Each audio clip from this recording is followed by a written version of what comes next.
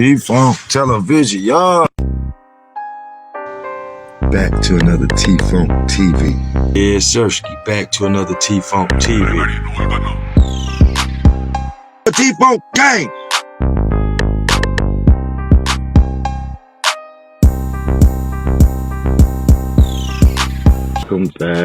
Welcome back to T-Funk TV. Smoke some, drink some.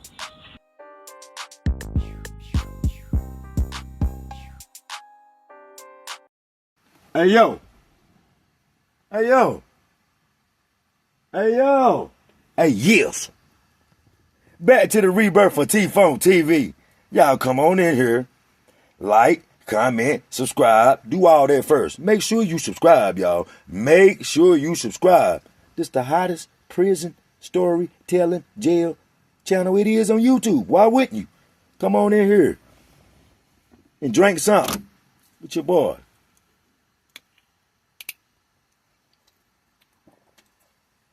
Smoke something with your boy. And let me take you on this journey, and I promise I won't leave you, y'all. Get your asses on in here. Boom. I got enough room. Couple more y'all can get in here. Let's go. All right, y'all. Another banger. It's a jail story. It started on the street, though. Banger. All right. This happened in Gaffney, South Carolina jail, y'all.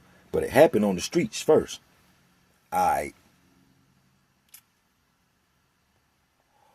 I'm going to just say these two older dudes. One of them was named Jay. One of them was named, I'm going to just call him T. So, they used to get a lot of, for them to be on hard, crack cocaine, they used to get a lot of money together. Like, they hit all kind of licks together. But both of them was always shaky. They both was kind of grimy. They'd go behind each other backs and do a little side shit, you know. But the other one always be happy because I guess it always would come out and work itself out. Except this day right here. Y'all, they hit one of the biggest licks they ever hit, y'all. For a few bands. So, when they hit for a few bands, T,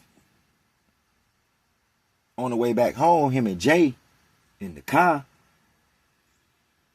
and he on some, hey, bro, my nephew got it, bro. They gonna go buy some weight from their nephew, flip it, and smoke. So, after they done called the nephew about 3 o'clock in the morning, and he get up at the spot in the hood or whatever, they get over there. They go to getting the weight, getting the money out, and everything. And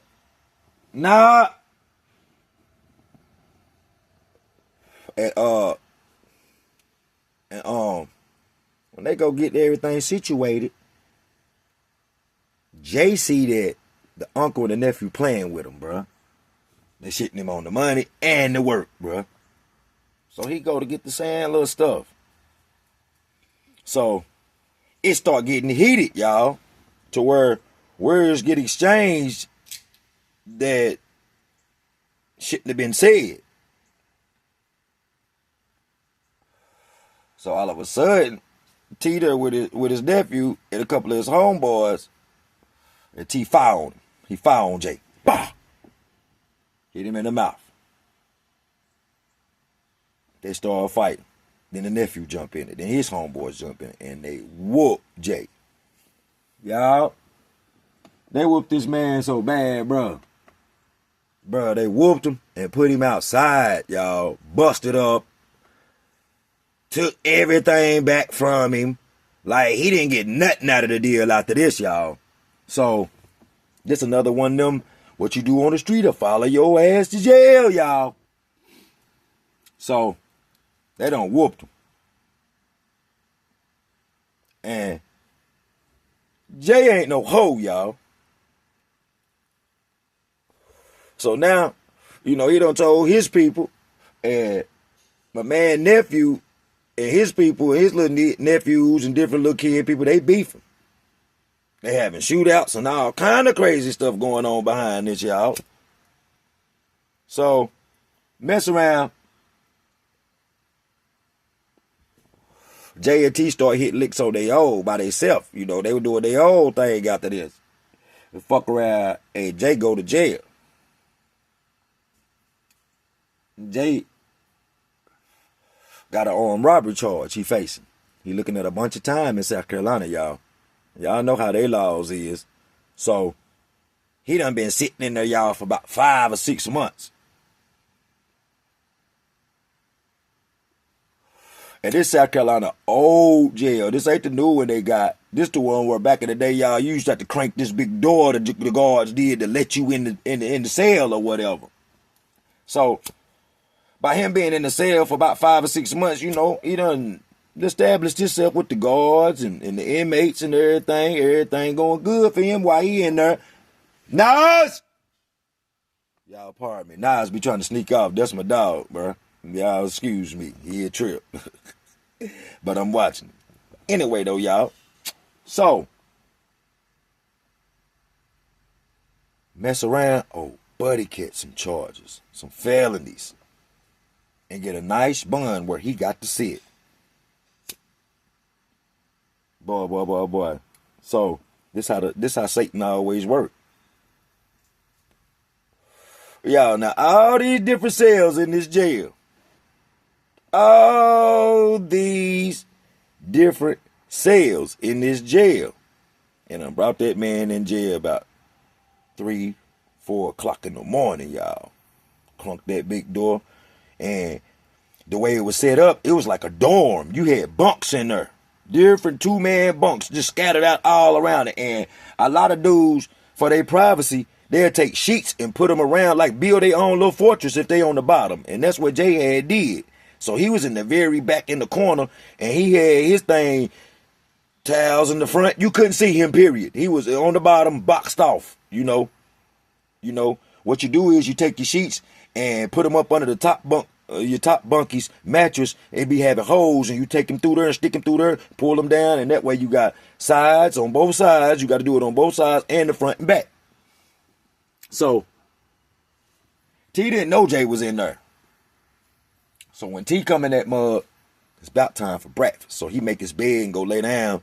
Everybody in there sleep mostly, y'all. Jay still sleep. So about 5:30, y'all, they come for breakfast. Everybody going to the slot where they feed you at one by one there and count you off. Jay done got up, got his breakfast.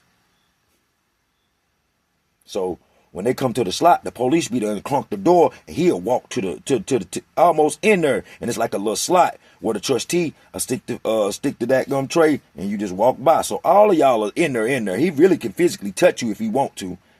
So T done got up, y'all, cause he really probably wouldn't even sleep like that, y'all. We had this bug bad. I done got my tray, went and sat down. Everybody in there, you know, you should get up and wash the naked demon off your tongue. You don't want to be all in people's face. Everybody, I remember it was little flat ass pancakes with 2-3 drops of syrup, and I forgot little grits and eggs and them fake ass sausage, bro. They had a decent breakfast, so old buddy went and got his breakfast. And see what they'll do is, you can take your tray back to your bed. Jay still didn't know T was in there. He had to grab his tray, walk straight back to his bed, got back up under his bed and ate. But y'all, they got to come back in there and get them trays. So when they came back in there to get them trays, bro, and Jay got up and T got up and T was putting his down, and Jay saw him, bro. Soon as the trustee got them trays and the police shut that door and crunked that urn thing back, I give it a minute, not even that. Hey, y'all. He went straight over there and got on his ass. Just start hitting him. I mean, got on him, y'all, whooping him bad. Then drug him to the back, y'all, beating him up under the bunk, everything. I'm talking about, y'all, we didn't hear nothing but I'm talking about whooping him. Look, T didn't get nothing, y'all. Jay was rocking him. I'm talking about, y'all, after he stole off on him at the beginning and started pop, getting on him. and got him down to that one knee where he was beating him. Dude was looking up at him. He beating him. Dude trying to ball up, bro. He grabbed him by his shirt and the back of his pants and drug him to the back of the dorm and put that little Richard on him, y'all. I'm telling you that wop babaloo bop a lot bamboo now. Nothing but hands, feet, and objects. I'm talking about, bro, you seen flip-flaps going this way, shit, everything, boy. Everybody, ooh. Because a lot of people didn't know what had happened. I knew what had happened out on the streets, bro. And when I recognized T had came in there, y'all, I didn't say nothing about this earlier. I seen him when he came in there. I knew it was going to be disaster, bro. But me, myself, I ain't going to run back there and tell that, man. I don't start stuff. But I knew it off the gate. I knew it before Jay did. So, and like I said, I'm from North Carolina. I just had fed down there for a little situation, and I got right out like 2 days later, y'all. I wasn't in there but 3 days, but I got to see this, though. So, man, after he wop bop a loo bop a lot bambooed him bad, y'all, everybody broke it up. Finally pulled Jay back in the corner. My man had a friend in there, you know what I'm saying? Dude didn't get involved, but he helped him to the shower. Cuz went in there, washed all that red stuff, you know what come out of us, y'all. Yeah. Washed that off of him. Got himself back right. And y'all,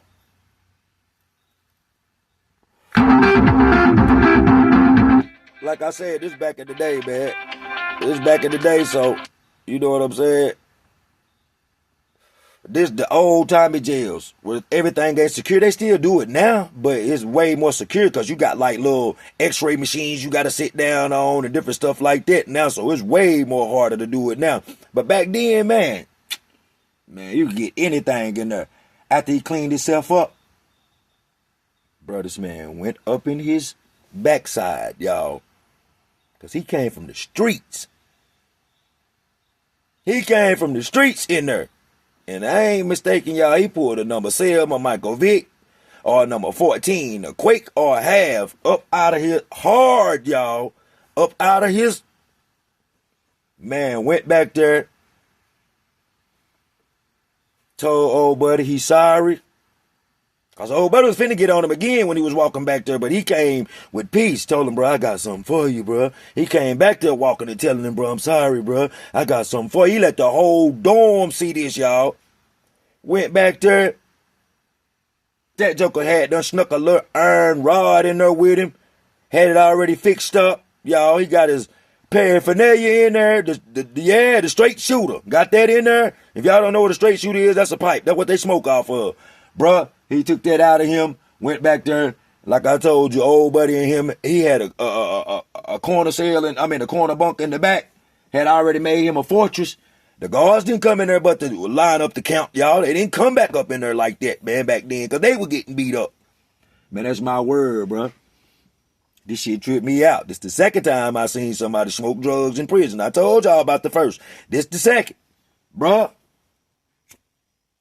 Them boys got jacked a whole day almost till it started to be about 10 o'clock. Y'all know this was in the morning. It was late, 9, 8, 10 o'clock all day long. Y'all can believe me or not. Now, this happened. Them boys was getting jacked so much, we started fucking with them. That's how jacked they was. We was taking pieces of soap and thumping it on the ground, bro. After they ran out of the real stuff, but they going around, if y'all know what I mean, they going around thinking everything white and beige is that. Going and putting it up there trying to smoke jack dip in that mug, y'all. It got so bad, man. I seen the dude take the hard stuff off the back of his foot and was thumping it out there. You know how your feet get hard, you got hard, rusty feet, and it's beige looking and hard, bro. He was thumping that out there. We laughing. That passed my day. Because like I said, I stayed one more day and I got out. But yeah, y'all, they smoked all of that stuff in there and was so jacked they thought everything that looked like it.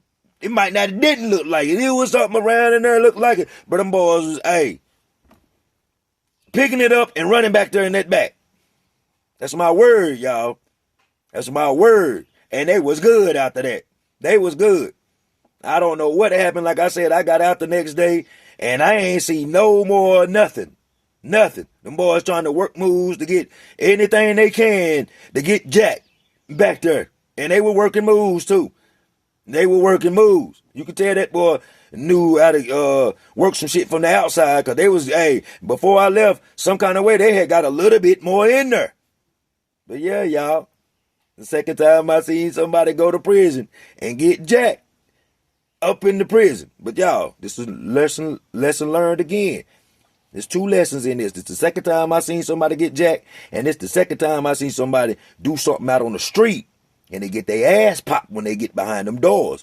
Because you got to be a man. Now, more of these days, I done heard in Georgia where somebody done got a gun in there, but that's not on the common regular, y'all. Even though everything is in jail and prison, that ain't on the common. So, if you ain't gonna bust that gun, which this matarata, that's Spanish for knife. If you ain't gonna do this or fight, bro, don't be making enemies on the street, bro. It's another one. It's another one, y'all. It's another banger from the Rebirth for T-Funk TV. Hit that like, share, and subscribe. Make sure you start commenting and watching these banging ass stories. I did my first reaction yesterday on Lebanon prison, y'all. I got another one coming up. Taylorsville prison with my cousin. My cousin is the unit manager. I'm going to stop and pause when his part come and he talk on there. It's very interesting, y'all. This is the bangingest prison, jail, storytelling channel out there. Peace and love to all of y'all.